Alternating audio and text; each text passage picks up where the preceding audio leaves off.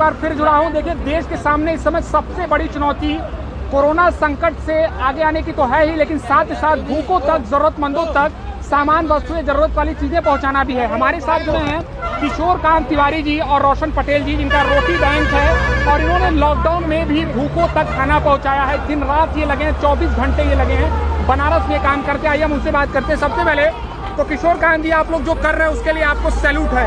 आप ये बताइए कि आप जो लॉकडाउन में कितनी समस्याओं का सामना करना पड़ा आपको? देखिए, मैं आपको बता देना चाहता हूं कि रोटी बैंक को खाना घर घर से मिलता था, शादी पार्टी फंक्शन से मिलता था, लेकिन जब से लॉकडाउन हुआ शादी पार्टी फंक्शन होना बंद हो गया और हमें खाना मिलना बंद हो गया।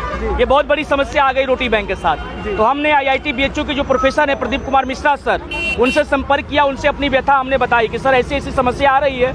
तो प्रदीप कुमार मिश्रा सर के नेतृत्व में कम्युनिटी किचन की शुरुआत की गई और आज मैं बताना चाहूँगा कि 25 मार्च से ही कम्युनिटी किचन की शुरुआत की गई और प्रतिदिन उस कम्युनिटी किचन में 800-900 लोगों का भोजन तैयार किया गया और कुछ पैकेट हमें जलान समूह से केशव जलान जी द्वारा, कुछ पैकेट हमें गायत्री मठ जो कि महमूदगंज है 200 पैकेट वहाँ से, यानी कि टोटल 1300 से 1400 लोगों को भोजन हम लोग प्रतिदिन मुहैया कराने का कार्य कर रहे हैं। बनारस के trauma centre hospital, Hartara cancer hospital और Sundarlal hospital, Cantt railway station, तमाम सड़क पर जो रहने वाले बेबस लाचार मजबूर लोग हैं उनके लिए सारी व्यवस्थाएं कराई जा रही है प्रतिदिन। देखिए किशोर कांत जी, आप तो लॉकडाउन के यानी कोरोना संकट के पहले से ही बनारस के जो भी भूखे लोग हैं उन तक आप खाना पहुंचाने का काम कर रहे हैं। अब ये बताइए कि समस्या कितनी आपके सामने बड़ी है और कितने लोगों तक आप एक दिन में खाना पहुंचा देते हैं? समस्या बहुत बड़ी है। देखिए, समस्या इतनी बड़ी है कि देखिए हम तो शहर में जो लोग हैं उन तक खाना पहुंचा पाने में सक्षम हो पा रहे हैं, जहां से सूचना मिल रही है।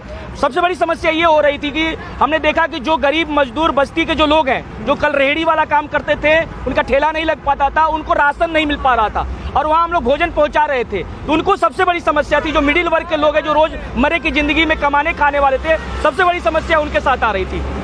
चलिए, रोशन जी भी हमारे साथ जुड़े, क्या कहेंगे? रोशन जी, बहुत अच्छा काम कर रहे हैं आप लोग। ये बताइए कि एक दिन में अगर हम बात कर लिया, कितना समस्याओं का सामना करना पड़ता है आपको दिन भर में? एक दिन में कम से कम बहुत समस्याएं मैं गिना सकता हूँ। जैसे पहली बात, खाना पहुँचाने का समस्याएं होता है। इस समय तो देख सकते दिन भर धूप रहा है, टेम्परेचर काफ़ी है, तो ये सबसे बड़ा समस्या है कि इतनी धूप में जो है भोजन लोगों तक पहुँचा पाना ये बहुत मुश्किल की बात है कि धूप में जो है हम पहुँचाते हैं।